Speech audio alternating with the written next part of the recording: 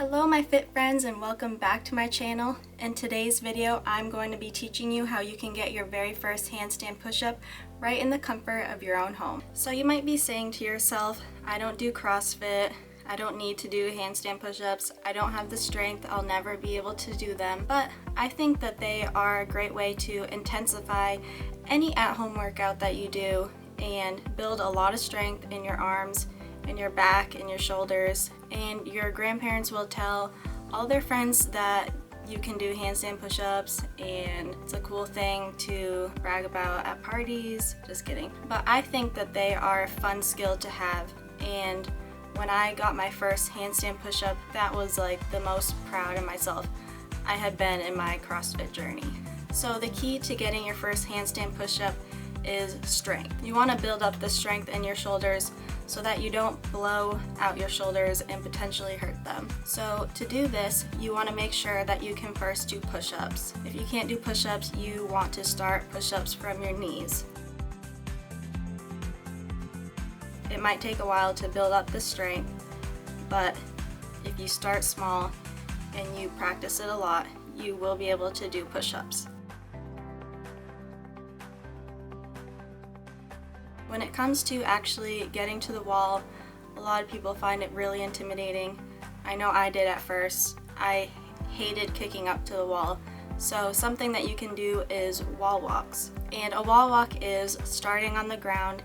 You start in a push-up position, you bring your feet up to the wall, and you kind of walk yourself to the wall as close as you can. And you can either hold yourself there or you can do multiple reps. These wall walks are a really great way to build up your strength. Once you feel comfortable with your wall walks and your wall walk holds, then you might want to start doing your handstands facing away from the wall. And how I do this in my apartment is I put my hands on the ground and I lightly kick my legs up.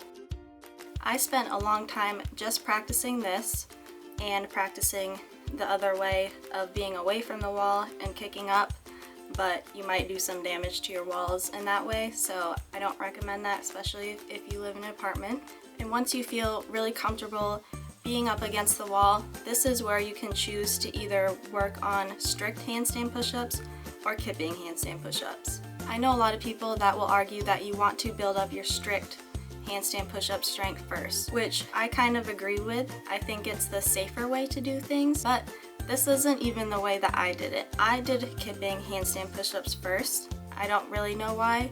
Nobody ever told me any different, and I never hurt myself and I turned out fine. So I think it's really a personal decision. I tend to lean more towards build your strength first, do your strict handstand push-ups first, and then worry about kipping later if you want to get a lot of reps, but that's not even how I did it. So to do your strict handstand push-ups, you want to either use an ab mat or a pillow or anything else, or just have your head on the ground.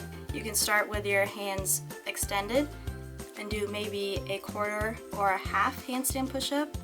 I know I do these a lot just because going down all the way is really hard. And if you want to do your kipping handstand push-ups, you start with your head on the ground, you bring your knees down towards your chest, and with the momentum of your hips and your legs, you push your legs up and your arms up at the same time until you're locked out. This is a pretty difficult movement. There's tons of other videos that go way more in depth about these. You might not even want to try this without a trainer or a coach nearby watching and making sure that you're doing it right. So yeah, these are just the progressions that I used to get my first handstand push-ups. I did these at a gym, but you can do them at home. And I'm also going to show you a really great shoulder workout that you can do in your house. So the workout that I'm going to show you today is done all on the wall, and this will help get you ready to do handstand push-ups because it will really build up that strength. I know I'm saying that a lot, but that's really what this is about. The workout is 3 rounds of 3 wall walks, 6 shoulder taps, and a max hold against the wall. So yeah, if you've gotten this far in the video, thank you so much. And if you want to see this shoulder wall workout, then just keep watching.